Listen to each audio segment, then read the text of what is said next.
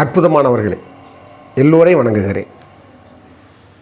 அற்புதமான இந்த அரசியலும் அறத்தையும் ரொம்ப முக்கியமான ஒரு பகுதி இது. இன்றைக்கி இருக்கிற உலக யதார்த்தத்தை மட்டும் இல்லை, இது எவ்வளவு பண்புக்கூறுகள் இன்றைக்கி அரசியல் இல்லை அப்படிங்கிறத நினைக்கிற போது ரொம்ப வேதனையாகவும் விரக்தியாகவும் தான் இருக்குது. இந்த பகுதியை நான் ஏன் சொல்கிறேன்னா, ஆன்மீகம் கூட பெருசாக இன்றைக்கி யாரும் பெருசாக எடுத்துக்க மாட்டேன்றாங்க. ஆனால் அரசியலை பெருசாக எடுத்துக்கிறாங்க. ஏன்னா இன்றைக்கி அரசியல் கூர்ந்து கவனிக்கப்படுது. ஆனால் அந்த அரசியல் இருக்கிறவங்க எவ்வளவோ கீழ்த்தரமாக இருக்கிறாங்க, அவங்ககிட்ட மேலோங்கி பண்புகள் இல்லைன்னு ரொம்ப வருத்தமாக தான் இதை நான் பதிவிடுறேன். அந்த வகையில் இப்போ சென்ற ஒரு 3-4 பதிவுகள் நான் விட்டுட்டேன். திரு ராசா அவர்கள் ராசா அவர் திரு எம்ஜிஆர் அவர்களை நான் மதிக்கதே இல்லை, அவர் ஒரு லூஸு அப்படின்னு சொன்னதை பற்றி நம்ம எவ்வளவோ அங்கலாய்க்கிறாங்க. ஒரு பதிவு விட்டோம்னா கிட்டத்தட்ட 62,000 பேர் பார்த்துருக்குறாங்க அந்த பதிவை. அதில் குறிப்பிடத்தக்க ஒரு 250 பேர் வருத்தப்படுறாங்க. அதாவது திரு எம்ஜிஆர் அவர்கள் இப்படி சொன்னதை யாராலும் ஏற்றுக்கொள்ளவே முடியல.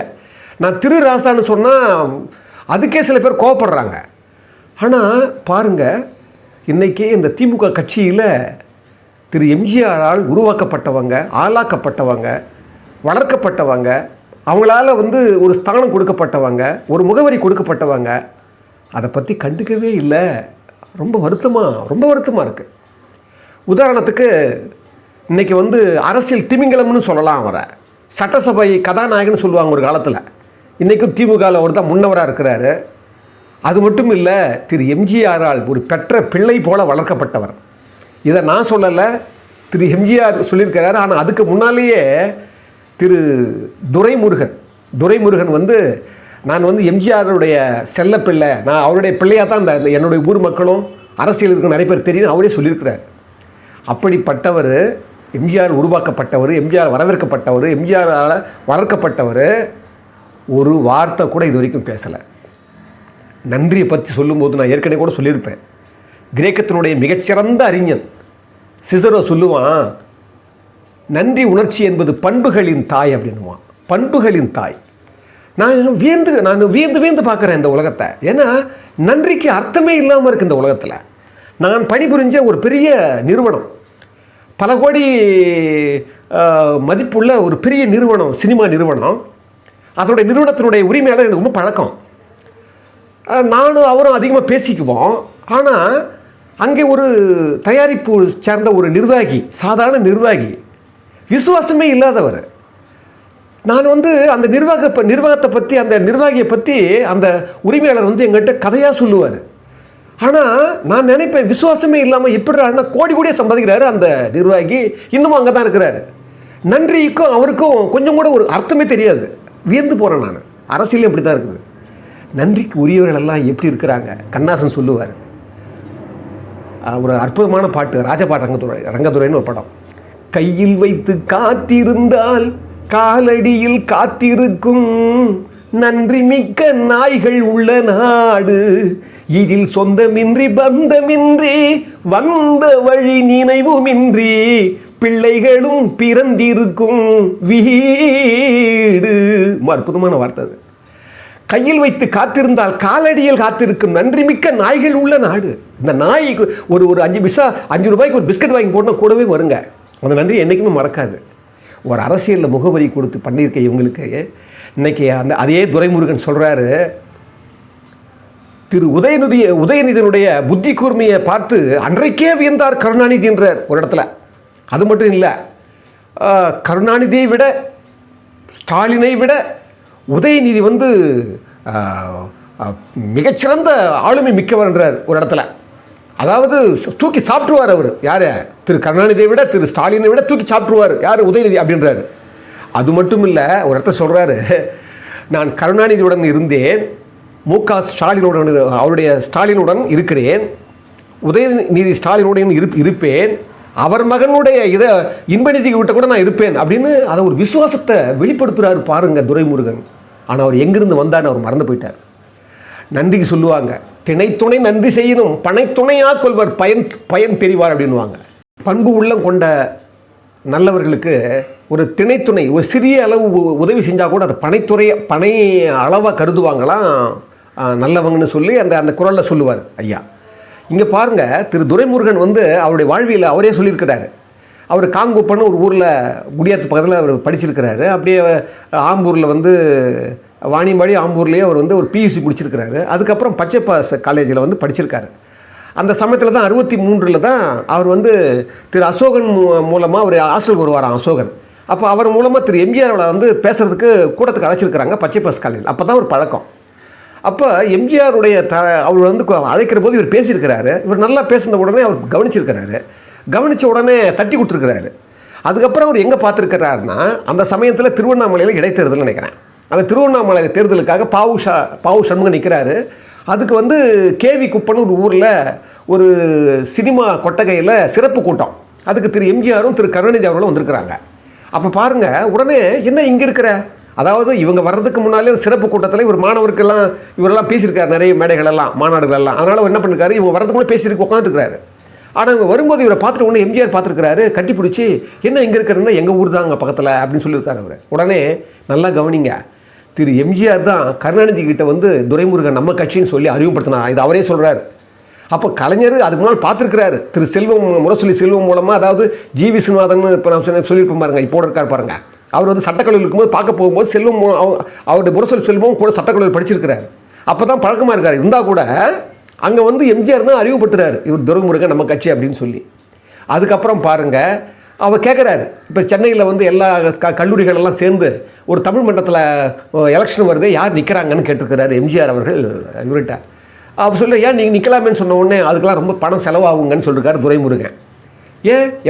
என்ன செலவாகும், நீ வா, நீ சென்னைக்கு வந்த உடனே என்ன பாரு அப்படின்னு சொல்லியிருக்காரு. அதே போலவே இவர் சென்னைக்கு போன உடனே சிட்டி காலேஜ் எலெக்ஷனில் இவர் நிற்க வைக்கிறாரு. 15,000 ரூபாய் செலவு பண்ணியிருக்காரு அந்த காலத்துலேயே. அது மட்டும் இல்லை, 7 கார் கொடுத்தாராம் திரு எம்ஜிஆர் அவர்கள். கொடுத்து அப்போ யார் அந்த எலெக்ஷன் நடத்துதுன்னு கேட்டால் திரு தமிழ் குடிமகன், இப்போ திமுக சபாநாயகர் இருந்தார் பாருங்க முன்னால், அது திரு தமிழ் குடிமகன் தான் அதுக்கு முன்னால் அந்த பதவியில் இருந்திருக்கிறார். அவர் தான் எலெக்ஷன் நடத்தியிருக்கிறார். திரு காகிதமில்லத்தினுடைய காலேஜில் தான், அண்ணா சாலையில் இருக்கிற அங்கே காலேஜில் தான் அந்த எலெக்ஷன் நடந்திருக்குது. திரு எம்ஜிஆர், சக்கரபாணி, திரு ஆரியம் வீரப்பெல்லாம் வந்திருக்கிறாங்க. அந்த எலெக்ஷனுக்கு வந்து இவர் ஜெயிச்சிருக்காரு. நல்லா கவனிங்க. அதுக்கப்புறம் எம்ஜிஆருடைய பரிச்சை ஏற்பட்ட உடனே இவர் சட்டக்கல்லூரியில் படிக்கிற போது, சட்டக்கல்லூரிக்கு அவர் நாமினேஷன் அப்ளிகேஷன் கொடுக்கும்போதே திரு எம்ஜிஆர் தான் கையெழுத்து போட்டிருக்கிறார். அவங்க அப்பா கேட்கும்போது சொல்கிறாராம், யார் துரைமுருகன் அப்பா சொல்லும்போது, இனிமேல் உங்கள் பையன் இல்லை, அது என் பையன்னு சொன்னாராம். இவர் தான் சட்டக்கல்லூரிக்கு அந்த காலம் முடிவு வரைக்கும் இவர் தான் ஃபீஸ் கட்டியிருக்கிறார். அது மட்டும் இல்லை, இவர் அடிக்கடி போய் பார்த்துருக்கிறாரு. படப்பிடிப்பு நடக்கிற இடத்துலலாம் போய் பார்த்துருக்கிறாரு. கட்டடிச்சுட்டு வரான் துரைமுருகன். இவர் தான் படிக்க வச்சிருக்கிறார். இவர் என்ன பண்ணுவாராம், பூந்தமல்லியிலுடைய ஒரு போஸ்ட் ஆஃபீஸ் இருக்குமா பூந்தமல்லி ரோட்டில், அந்த போஸ்ட் ஆஃபீஸ் 5000 பணம் போட்டு வரான் எம்ஜிஆர். அது மட்டும் இல்லையா, தீபாவளி பொங்கல் வந்தால் இவர் தான் செலவு பணம் கொடுப்பாராம். இவருக்கு துணி எடுத்து கொடுப்பாராம் துரைமுருகனுக்கு எம்ஜிஆர் அவர்கள். அவர் எவ்வளோ தெரியுமா கொடுப்பாராம், அது யார் சொல்கிறேன், இதெல்லாம் நான் சொல்லலைங்க. துரைமுருகனே 2000 ஒரு ஒரு ஒரு இதழுக்கு வந்து ஒரு பேட்டி கொடுக்குறாரு.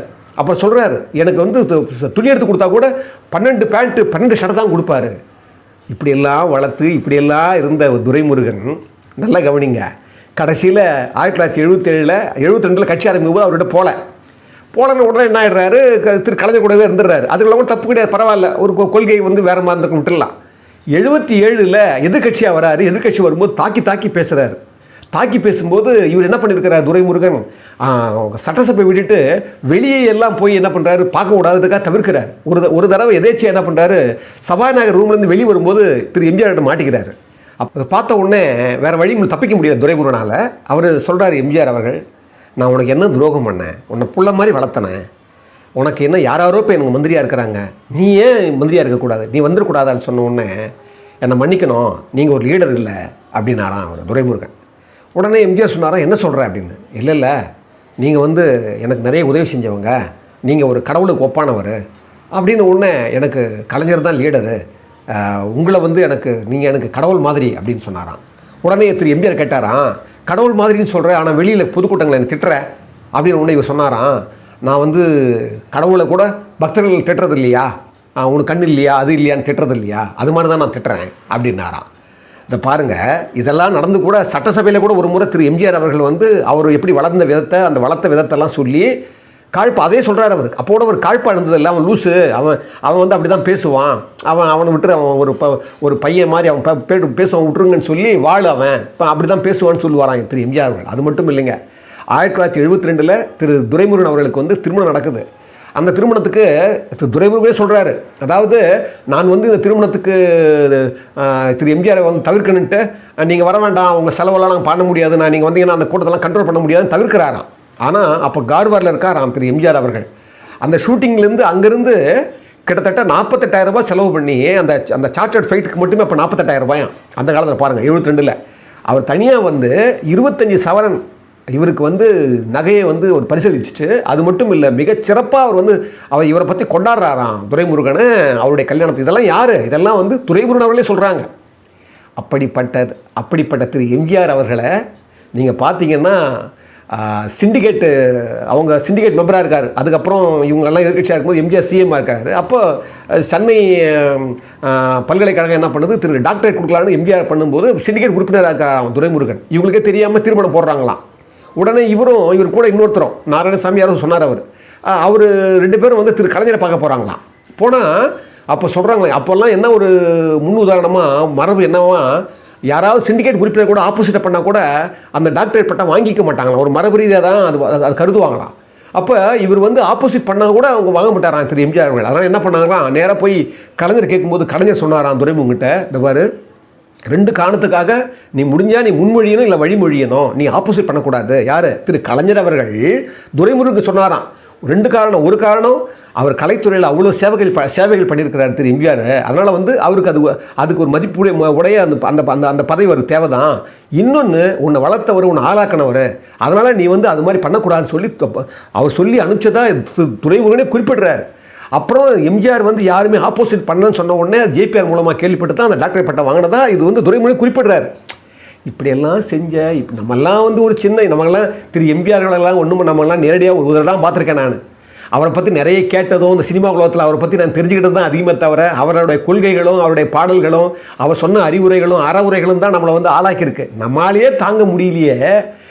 உன்னை சார்ந்த ஒருத்தர் லூசுன்னு சொன்னால், ஏன்னா அவன் எப்படி வேணால் சொல்லிக்கிட்டோம், அவன் நியாயமாக கூட இருக்கட்டும், அவனுடைய பாயிண்ட் ஆஃப் நியாயமாக கூட இருக்கட்டும், ஒரு வார்த்தை உங்களால் சொல்ல மனசு வரலையே, நீ எப்படியா விசுவாசம் நீ வந்து நன்றி காட்டியிருக்க முடியும்னு நினைக்கிறீங்களா? அரசியலில் நன்றி விசுவாசம் இல்லாதவங்கலாம் எப்படியெல்லாம் போயிருக்காங்க. இதுதான் ஏன் தெரியுது. இப்போ பருவ மாற்றமெல்லாம் ஏன் நடக்குது, ஏன் இந்த பேரழிவுகள்லாம் வருது, அங்கங்கெல்லாம் வந்து ஏன் வந்து பூகம்பம் வருது, அங்கங்கெல்லாம் ஏன் காட்டுத்தீ பரவுது, இதெல்லாம் என்னென்னா நன்றியை கொன்று வாழ வாழ்க்கை ஒரு வாழ்க்கையாங்க. நல்லா சொல்லுங்கள். இங்கே எத்தனை பேர் இங்கே அவாவுறாங்க, எப்படிப்பட்ட ஒரு தலைவனை வந்து இப்படி பேசிட்டாங்கன்னு வருத்தப்படுறாங்க. கொஞ்சம் கூட அதை பற்றி பாருங்கள். துரைமுருகன் மட்டும் இல்லைங்க, இன்றைக்கி அந்த திமுக கட்சியில் இருக்கிறாங்க பாருங்கள், கேகேஎஸ்எஸ்ஆர் ராமச்சந்திரன், திரு முத்துசாமி, திரு சேகர் பாபு, அதுக்கு முன்னால் திரு ரகுபதி, அங்கே பாருங்கள், அங்கே அந்த அந்த கட்சியில் திரு ராஜ கண்ணப்பன், இன்னும் நிறைய பேர் பார்த்தீங்கன்னா அதிமுக திரு ஏவா வேலு, நீங்கள் பொதுப்பணித்துறை அமைச்சர் இருக்கார ஏவா வேலு, அவரெல்லாம் வந்து எம்எல்ஏ ஆனது காரணமே திரு எம்ஜிஆர் அவர்கள் தான்.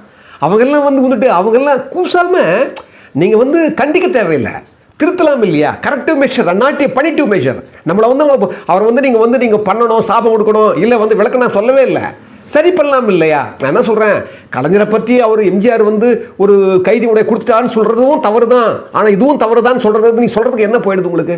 நன்றியே இல்லையே அவங்களுக்கு. எவ்வளோ காலம் வாழ்ந்துட்டு போகிறோம் நம்ம இந்த உலகத்தில். பின்னால் வர தலைமுறைகளுக்கு நம்ம அரசியல் நம்ம என்ன சொல்லப்போ என்ன கொடுத்துருக்குறோம். ரொம்ப இதை வருத்தப்பட்டு தான் நான் பதிவு செய்கிறேன். ஏன்னா வாழ்க்கையில் நீங்கள் வந்து நன்றியை நட்பை கூட கொண்டுடுங்க, ஆனால் நன்றியை கொள்ளாதீங்க. நன்றிங்கிறது இந்த உலகத்தினுடைய அச்சாணி. தர்மம் பார்த்துக்கிட்டே இருக்குது. எனக்கே ஆச்சரியமாக தான் இருக்குது. இது மட்டும் இல்லை, எல்லா தொழிலையும் நன்றியை கொள்கிறாங்க பாருங்கள். அதுவும் அரசியலில் மாறி மாறி மாறி மாறி நான் அதை பற்றி நிறைய பதிவே நான் விடலான்னுக்கிறேன். ஏன்னா நன்றி உணர்ச்சியே இந்த அரசியலில் போயிடுச்சு. அதனால தான் இன்றைக்கி இவ்வளோ மோசமான ஒரு அரசியல் நடந்துகிட்டு இருக்குது. இதை நான் இந்த பதிவை நான் சொல்ல வந்தது, திரு துரைமுருகன் அவர்கள் என்ன மாதிரி ஒரு வளர்ந்தார். அதெல்லாம் நான் இதுக்கு முன்னால் வந்து நீங்கள் பார்த்தா சட்டசபையில் நாங்கள்லாம் படிச்சிருக்கேன் நிறையா. திரு கா சுப்பு, திரு ரகுமான் கான், இந்த மும்மூர்த்திகள் இவங்கெல்லாம், இந்த துரைமுருகன்லாம் எதிர்த்து பேசுவாங்களா எம்ஜிஆர். ஒரு முறை மயக்கமே வந்து விழுந்துட்டாராம் துரைமுருகன். அது போய் எம்ஜிஆர் தான் போய் தூக்கினான்னு சொல்லுவாங்க. என்னன்னா இப்படியெல்லாம் இருந்த நீங்கள் ஒரு நன்றி உணர்ச்சியோடு செய்ய வேணாவா? ஒரு எப்பேற்பட்ட மகான ஒரு யுக புருஷன் திரு எம்ஜிஆர் அவர்கிட்ட சில குறைகள் இருக்கும், இல்லாதவெல்லாம் இல்லாமலாம் இருக்காது. ஆனால் அதெல்லாம் மீறித்தானே நம்ம வந்து ஒரு பெரும் தலைவராக நம்ம வந்து கொண்டாடுறோம். நான் அடுத்து வந்து அவரை பற்றி பேச போகிறேன். மீண்டும் வேண்டும் எம்ஜிஆர்னு அவருடைய வாழ்க்கையில் நிறைய பதிவுகள் வந்து தெரியாதெல்லாம் நான் கேதர் பண்ணி வச்சிருக்கிறதெல்லாம் சொல்ல போகிறேன். அது காலம் வரும்னு நினைக்கிறேன், அடுத்து அது செய்யலாம்னு நினைக்கிறேன். அப்போ நான் அதெல்லாம் சொல்கிறேன். தயவு கூர்ந்து இந்த நன்றி உணர்ச்சியை வந்து நீங்கள் வந்து மறந்து வாழாதீங்கய்யா. அந்த வாழ்க்கை வாழறதே கிடையாது, அது ஒரு வாழ்க்கையே கிடையாது. அதுவும் அரசியலில் இப்போ பார்த்தீங்கன்னா இந்த திரு பழனிசாமி இவங்கெல்லாம் கூட பாருங்களேன், எப்படியெல்லாம் நன்றி கொண்டிருக்கிறாங்க. அவங்கெல்லாம் எப்படி அதெல்லாம் வெளியே பேச முடியுது? மக்கள் என்ன நினைப்பாங்க? உங்களை அசிங்கமாக நினைக்க மாட்டாங்களா? ஒரு புழு பூச்சி மாதிரி நினைக்க மாட்டாங்களா? இப்படியெல்லாம் நீங்கள் பேசுனா இதனால உங்கள் அரசியல் உங்களுக்கு என்ன தலை வந்துடும்? உங்களுக்கு காரு, பங்களா, வாழ்க்கை, வசதி, பதவி, அதிகாரம், இதுதானே அவங்களுக்கு வாழ்க்கை? கொஞ்சம் யோசிச்சு பாருங்கள். நல்ல எண்ணங்களை கொண்டு வாங்க ஐயா, நல்ல உணர்ச்சிகளை கொண்டு வாங்க, நல்ல பண்புகளை கொண்டு வாங்க, அன்பு, நன்றி, கருணை எல்லாம் கொண்டு வாங்க. தயம் அரசியலுக்கு தேவை. தயவு செஞ்சு இதை தப்பாக எடுத்துக்காமல் இனிமேலாவது ஒரு சின்ன விஷயம் நடக்கும்போதே அது கண்டிக்க மனவரெல்லாம் திருத்தத்துக்காக நீங்கள் முயற்சி பண்ணுங்கன்னு சொல்லி கண்ணாசன் ரொம்ப அழகாக சொல்லுவார். சொந்தம் என்று வந்ததெல்லாம் சொந்தமும் இல்லை, ஒரு துணை இல்லாமல் வந்ததெல்லாம் பாரமும் இல்லை. நன்றியுள்ள உயிர்களெல்லாம் பிள்ளை தானடா, நன்றியுள்ள உயிர்களெல்லாம் பிள்ளை தானடா. தம்பி நன்றி கெட்ட மகனை விட நாய்கள் மேலடா, நாய்கள் மேலடா. இது விடவா சொல்லணும் ஒரு அசிங்கமா? அதனால தான் சொல்கிறேன், நன்றியை கொன்றா அவன் நாயை விட கேவலமான மட்டும் இல்லை. ஒரு அறிஞர் சொல்கிறான், நன்றியை கொன்றவன் பன்றி அப்படிங்கிறான். ஏன்னா பன்றி அது சாப்பிட்ற உணவு என்ன சாப்பிடுமோ அந்த உணவு தான் இவனும் நன்றியை கொன்றவன் சாப்பிட்றான்னு சொல்கிறான். அப்போ நான் அதை தான் சொல்ல வரேன், நன்றியை கொள்ளாதீங்க. உங்களுக்கு ஒரு எடுத்துக்காட்டாக நீங்கள் வாழலாம் கூட பரவாயில்ல, இழிவான ஒரு வாழ்க்கையை வாழ்ந்துடாதீங்க. அதுக்கு தான் இந்த பதிவே சொல்கிறேன். தயவு கூர்ந்து அரசியலில் நேர்மையையும் நாணயத்தையும் ஒழுக்கத்தையும் நல்ல விஷயங்களை கொண்டு வாங்கன்னு நான் மன்றாடி கேட்டுக்கிறேன். இனிய அன்புடையவர்களே, இந்த தமிழ் தீயினுடைய சேனலில் இது வரைக்கும் நான் கிட்டத்தட்ட ஒரு 310 வீடியோ பதிவு பண்ணியிருக்கேன். எல்லாமே கண்டென்ட் தான். இது வந்து சமூக அக்கறையோடவும் இதில் வந்து நான் நேர்மையோடவும் இன்னும் சொல்லப்போனால் தர்மத்தோடு தான் நான் இது ஒவ்வொரு பதிவும் நான் போடுறேன். அதனால் நான் இதை வந்து ஏதோ சம்பாதிக்கிறதுக்கோ அதுக்காக நான் பண்ணுறேன்னு நினச்சிக்காதீங்க. எனவே இதை பார்க்குறவங்க உங்களுக்கு பிடிச்சிருந்தால் லைக் பண்ணுங்கள், ஷேர் பண்ணுங்கள். அது மட்டும் இல்லை, இதை வந்து சப்ஸ்கிரைப் பண்ணாதவங்க ஒரு தடவை சப்ஸ்கிரைப் பண்ணிடுங்க. அது மட்டும் இல்லை, உங்களால் இந்த தமிழ்த்திக்கு நிதி உதவக்கூடிய ஒரு எண்ணம் இருந்ததுன்னா, அது அந்த இதயபூர்வமான ஒரு உங்களுக்கு எண்ணம் எழுமானால் நீங்கள் நிச்சயமாக இதில் என்னுடைய அந்த கீழே வந்து அந்த ஃபோனுடைய நம்பர் இருக்குது, அந்த நம்பருக்கு நீங்கள் ஜிபே பண்ணிங்கன்னா அது வந்து சேர்ந்துடும். இது வந்து ஒரு சிறு உதவியாக நாங்கள் எடுத்துக்கிட்டு இது வந்து ஒரு வளர்ச்சிக்கு எங்களுக்கு பயன்படுன்ற ஒரு எண்ணத்தோடு தான் இதை நான் பதிவிடுறேன். இதை வந்து தப்பாக எடுத்துக்க வேண்டாம் யாரும். உங்களால் அந்த மனம் இருந்தால், உதவக்கூடிய ஒரு வகை இருந்தால், நிலை இருந்தால் எங்களுக்கு உதவுங்கள்.